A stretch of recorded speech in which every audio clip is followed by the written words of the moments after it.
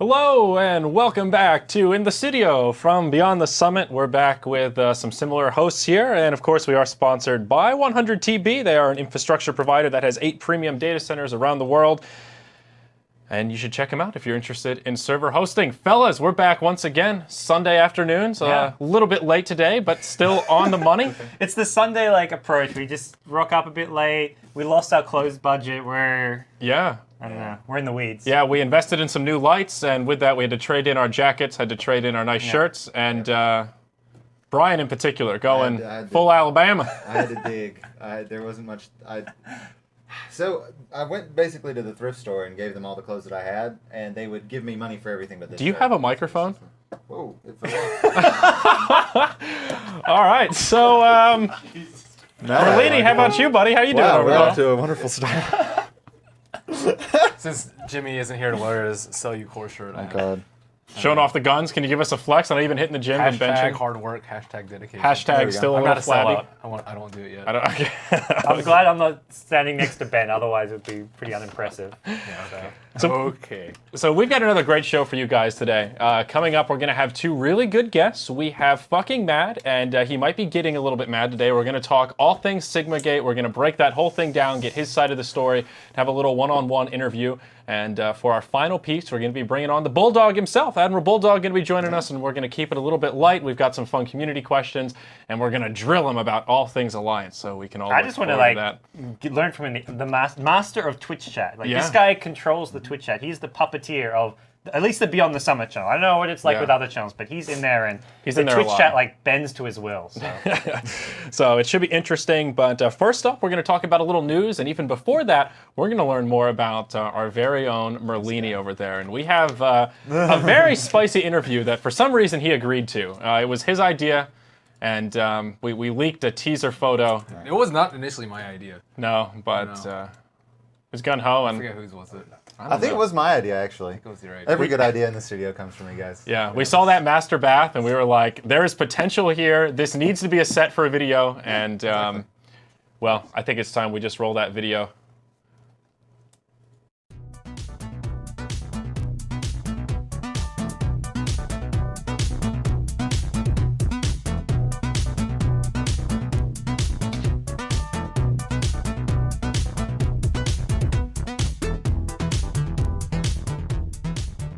Hi, I am Ben Wu, also known as MERLINI. I work for Beyond the Summit. I am currently 26 years old. I graduated from Duke University with an undergraduate degree in biomedical engineering.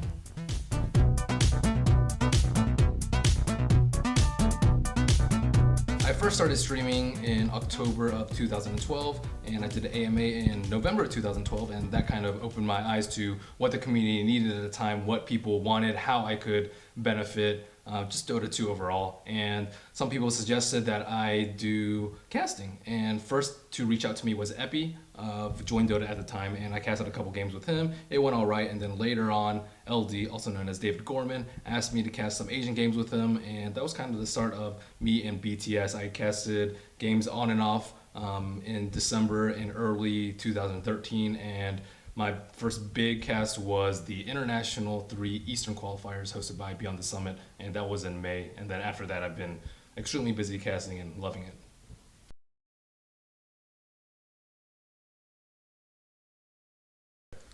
I don't regret my decision of being a caster over a player. I had to make a decision at the time. I believe this was in 2010. I was like, well, I'm not making enough money to support myself from Dota. It wasn't Dota 2 at the time, and I had to make a decision whether I wanted to be able to support myself or bank on the fact that Dota 2 and Dota could potentially be big one day. So I was comfortable with my decision at the time. I do not regret it now. I understand that, yeah, maybe I could have been one of the best, but what if not? Then I'd just be one of the players in continuous struggle of finding a full-time job and being able to support myself. It's a tough life for those who aren't the best of the best. Yeah, it's a very glamorous life for Navi and others, but I am happy with where I am right now, and this job is a lot more sustainable than being a professional player.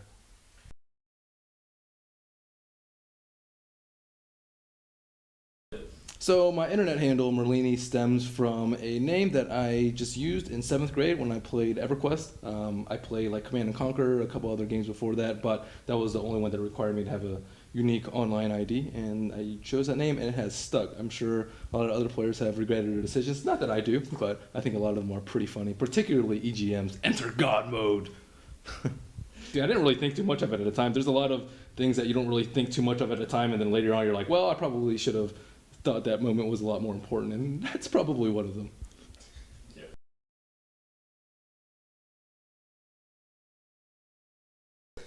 My mom is not completely on board with me doing computer game stuff in general. She just has this idea ingrained in her head that everything to do with computer games is childish, and I should be doing more important stuff, helping the world out, helping people out, like become a doctor, become a lawyer, something that can make a lot more money, and something that's traditionally viewed as much more respected in the community.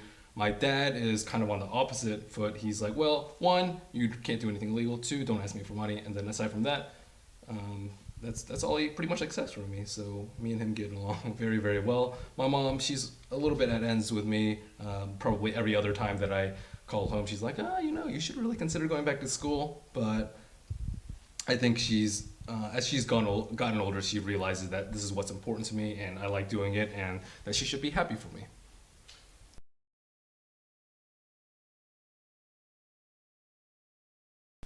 Yeah, my Twitch stream is doing well. I appreciate all the viewers. I'm supposed to have a sub day today. You subs are wonderful, and mods, especially Fonzie. And it's alive and kicking. I think it's grown a lot since I first started out of my Chicago apartment in October 2012. And I just like it as an outlet for people to watch something relaxing, yet informative, sometimes entertaining. That's not my main focus. Of course, I want to have fun, and I want you guys to have fun. But, if you want some Dota, chillaxing, and sometimes competitive isn't your thing, then you can head on over to my stream.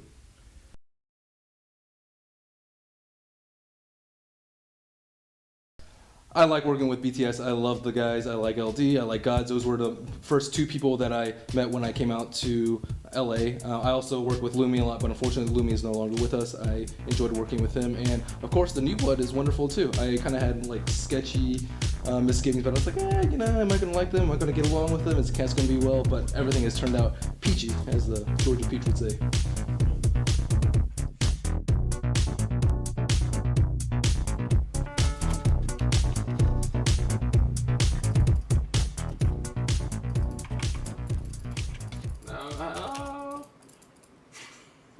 I'm so bad with this hero. It's actually pretty comical.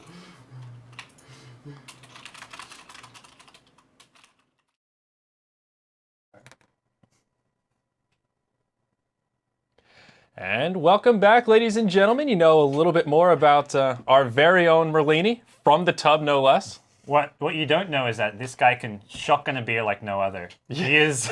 I've never seen someone shotgun a beer as fast as Ben. He's a fucking machine. He called me the machine. Yeah.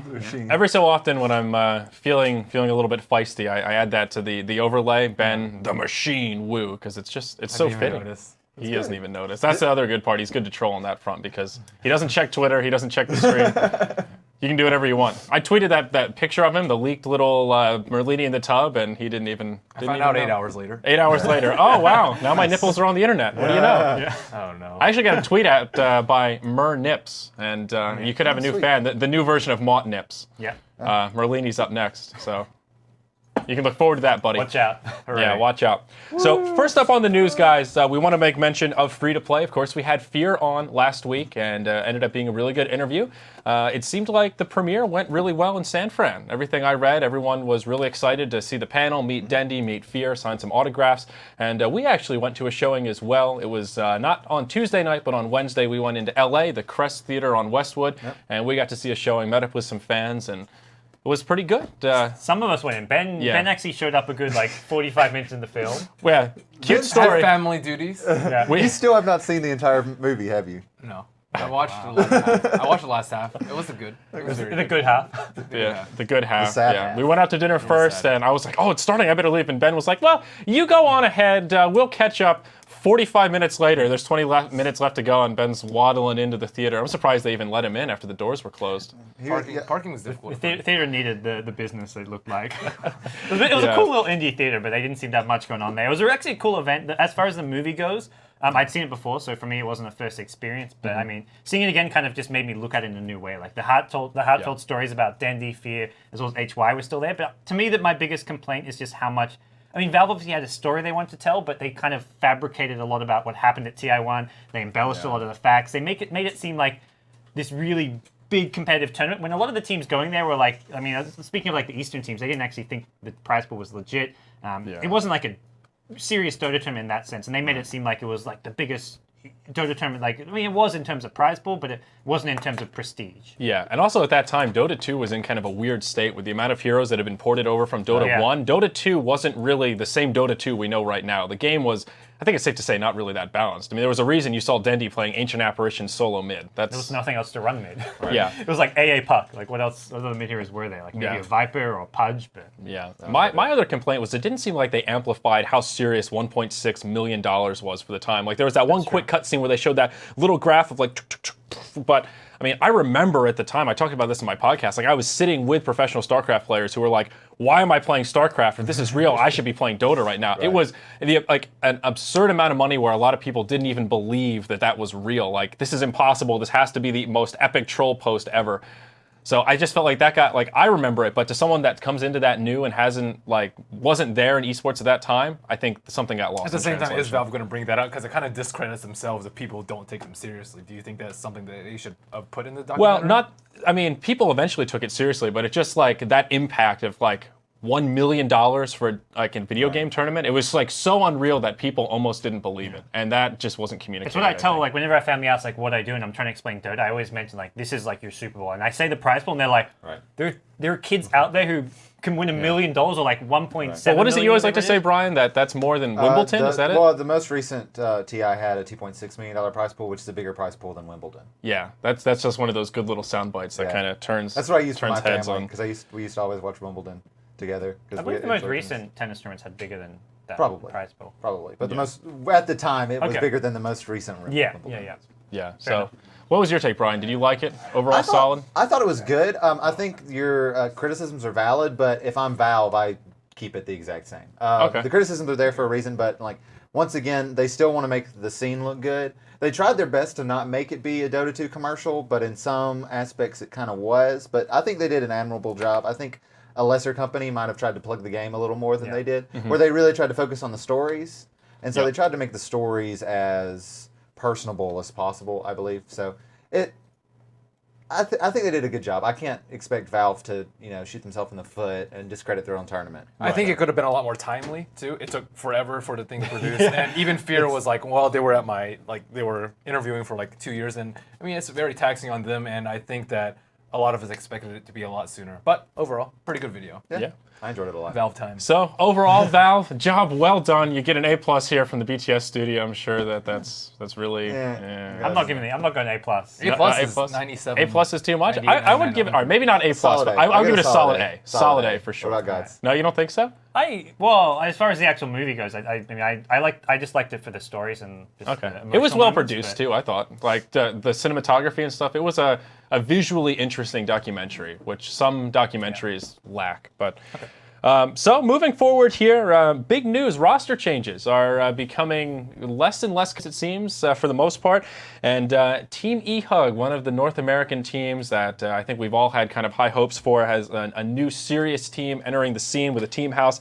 Ryu Borez, their previous mid player, has parted ways. Yeah, I mean, for a lot of people out there, like EHUG is not like a team in the top of the circuit. It's not like Na'Vi or Alliance's changed roster. But to me, the bigger issue is players adjusting to the team house life, because that was the reason for his departure. He missed his friends, his family back home. He decided that he just couldn't keep on living in a team house. It was just an environment where he couldn't work in. So I feel like that was the more interesting talking point. I remember Spitwood was on the Reddit thread saying, you can't expect players to do this. It just creates a toxic environment. I mean, I don't agree with that at all, but there's definitely a fine line where some players are suited for it, some players aren't. His point was that team houses create a toxic environment? Well, I think I'm misquoting him there. Toxic's the wrong word. Oh, okay. It was funny because he said living and seeing the same dudes every day is something you don't want to do. And in my I'd do this with you guys. I was going to say, isn't that exactly what we're doing right here? I mean, we live in the same house together, and it's not that bad. I mean, maybe we're more well-adjusted than some of the players. We're also not a Dota team. Like, if we looked at and we were a Dota team where we're constantly having in high stress and high tension moments, I mean, we don't compete in big prize money tournaments. We do kind of not like compete in like the traditional sense, but we're kind of stressed to make sure that our content's constantly good. But I don't know. I feel like it's maybe half the reason that maybe he didn't want to stay in the team house and he was having issues with players. I think it might have to be the reason that he wasn't maybe happy with the team as a whole, and it was a very convenient way of getting out. I think the big question is, which I think there's probably an answer to, is well, I'll say the question is, would he have left the team if they were performing well and getting results and competing well with your EG's liquids? And I think the answer is he would have stayed with the team. I don't know for sure, but I don't think I think him being unhappy kind of was also why they weren't playing well. But if he was missing home but playing really well and the team was doing well, I think he would have stayed at the end of the day. Ben, how bad is stress like when you're an individual player and your individual performance is suffering a bit? Because Rio Borges, we know, is a great player. We saw some plays where he has shown himself to be a capable player, but as of late he had been struggling a bit. Like, is there extra stress? Do teams kind of single players out and put a lot of stress on someone if they're not playing individually? Occasionally, but when you're at the team house, I think it's more of an individual decision from him. Is this worth it for me? Am I going to make $1 million at TI4? Am I even going to go to TI4? Am I even going to get an invite to qualify for TI4? And I think he's thinking down the road. And it's about that time of the year where team rosters have locked in. No one wants to change teams because everyone wants an invite. And we all know how Valve feels about team switching rosters prior to TI. And it was one of the Chinese teams. They LGD. had LGD. They had a roster switch, and then immediately they remove their invite and they have to qualify. So now it's like, well, if you don't think you're actually going to make it, you might as well try for something else. And Rio Borges, he probably didn't feel like his team was good enough to qualify for TI4, and it's like, well, this isn't worth it for me. I'm only going to be competing in minor tournaments for minor prize pools that I might not even win, and then he'd rather just live his real life. Right. Yeah. Well, we can't also forget that eHug have pretty decent salaries relative to a lot of the other top-tier teams that are competing right now. If I'm not mistaken, was it $2,000 a month? I think it was $1,000 a month per player, but they had all their costs covered for accommodation, the team house, and all that. That's from, I think they were fairly open about that with their initial post about it. So. Yeah, well, and they live in New York. Rio Borges, he just might not be cut out for city life. Yeah, You're that's a country boy. He's that's from Texas. very true. I Rio like Borges city is from life, Texas. I like city life. So he has been replaced by Justin. He's also been known as 272 as he's been tagged up. He has been standing in for eHug a little bit, as we've seen. Anyone have any experience with Justin? Ben, you tend to play with NA players more than the rest of us. I know all the other eHug guys, but not Justin. Okay. I was aware of like everyone they had brought in, and I know a lot of the stand-in players, but before he started standing in for eHug, I had never heard of the guy. Yeah, So. it's just a shame. It's nice to see more like sponsors stepping up, people that have some money, they're really into esports, and they want to find a way to support the scene, whether it's with a team house, whether it's by starting tournaments. And I don't know who the owners are, I've never met them, but they seem to be genuinely interested in doing this the right way and making sure the players have a comfortable place to live and practice. And to me, it seems like for eHug to go to the next level, they need some kind of a coach, some sort of a serious mentor. Like, you can't just take 5 players, put them in a house, and say, practice Dota, get better. I think that you really need someone that can organize practice, a good regimen. I mean, do they even have a really active manager? I don't think there's coaches out there that exist that can do that, though. That's the big issue there. Like, there's no... Like, in China, you have all these ex-pro players who then establish themselves as a coach and work with a team, but I don't think the same exists in NA. I think the bigger problem is that NA players just aren't... it goes back to the team house thing, where this culture doesn't exist in North America yet, necessarily. Like, I think... Give it a year, maybe it will be possible, but I think eHug have a rough year ahead of them as far as results and possibly even seeing more roster changes in the next 6 months to a year. If players aren't happy there, if results aren't there, we'll maybe see more players leave the team, which at this point, it kind of sucks for eHug. They want to help out, they want to invest, but give it a year or so, maybe 2 years, I think things will stabilize and they will be able to find a strong team who are willing to live in the team house because they're a great sponsor. If everything we've heard is accurate with providing a team house, $1,000 salary for a Pro Dota 2 team, you'll find that's a lot more than what even some of the more established brands have given. And again, it sounds like a very small amount of money, but what's important is all of your expenses are paid for. Food, electricity, computers, everything is paid for, and then that is just pure profit. So margin-wise, that's actually not too bad for those of us that work and pay rent and all that stuff. So unfortunate for eHug, but wish them all the best, and hopefully they can just get a roster lockdown. As Ben mentioned, it's TI4 time, so this is that time when you got to lock in your 5 and start getting nose to the grindstone for TI4. But next up, let's talk a little Chinese Dota. And we've got 2 big things we want to mention. First of all, for Starladder Season 9, the Chinese qualifier has ended. It was the first one to end, and DK and IG were the 2 teams that will be moving on to the Starladder Finals. So that's very exciting, 2 very top-tier teams. And some of the strategies they used in the end of that competition were rather interesting as well. Yeah, the DK, IG, as well as Newbie it got down really close to the wire. The DK versus IG series that LD casted, I mean, the strategy you're talking about, the courier scouting, which Ice used, and then IG versus Newbie was another best of 3, which you could just see the tension between the two teams. Both of them really want to get to Kiev, and it produced a fantastic series. So those 3 teams are looking really scary leading up to TI4 right now. Yeah, and I was just agreeing. Oh, just the I mean, I can kick in some more. I was impressed with how all the teams in the Chinese in Starlighter played, because right now there are 5 extremely strong teams in China right now. We have Vici Gaming and Newbie, as well as who else didn't qualify? LGD didn't qualify, but all looking very strong even after LGD made their roster changes. So I think China's in a very good position to try to kind of take back some of the respect that was lost in TI3. Go back to their TI2 glory. Exactly. I think we'll see it happen. I mean, Speaking of the Chinese losing, somebody has a bet to... Coming soon, TM. Coming soon. Forever TM. Forever soon. And the other bit of Chinese Dota that we want to talk about, WPC. That's starting up reasonably soon. A $250,000 prize pool this season. That's massive. My Lanta? Last WPC season was like 100 and... I don't know. Maybe 180 or like around 200,000, and it was the biggest prize pool outside the international. And now this new season is going to be the next biggest thing there. So, 250k prize pool. Western teams confirmed as well. Alliance as well as Cloud9 are now officially announced. So 2 Western teams announced. Maybe more to come. I don't know. That's exciting though. Alliance and Cloud9. Those are 2 big ticket teams that will add a nice little spice into the mix of the Chinese teams. Yeah, so they've mixed things up here. It's going to be a different format from last year. And the other big thing is, well, not different from last year, we, Beyond the Summit, will be covering it. So Chinese Dota comes back to Beyond the Summit. We've been casting Starlight of China, and we'll be casting WPC coming up alongside Starlight for the Russian viewers there. So that's exciting for us. We're looking forward to doing the best show possible for you guys for WPC. I'm excited that Cloud9 has decided to take part in WPC. Like, I'm glad they are from a competitive standpoint, but their previous trip to China, they were not too happy with. Yeah, not only just culturally, it was kind of a culture shock. They didn't like the living conditions, the pollution. A lot of people blame Marco, but it really was a lot of that as well. Right, yeah. So they're... I don't know, maybe it'll be better without Marco, that's a fair point, but... I believe it's different conditions. I don't think it's going to be as long a stay this time around. I think it's just more set dates for a shorter period of time, which may have influenced their decision. Not to mention... $250,000. That's true. That would sway me as well. Last time they played G League, I believe, which was only like a 30, 40k prize pool, I think. I believe so. It was below 50k, so it was a much smaller prize pool, and they're probably thinking, look, this is pretty much the biggest event in Asia for the year. Maybe there's going to be another season after TI, but this is the big Chinese tournament. Right. It's good for them because they've always talked about how they enjoy playing the Chinese scene, so they can be focusing in on the type of strategies they have going into TI. It's really bad to kind of isolate yourself from one of the scenes. It's better to get kind of a holistic view of what the meta is going into TI. So I think it's a good idea for these teams to play in WPC. Agreed, my friend.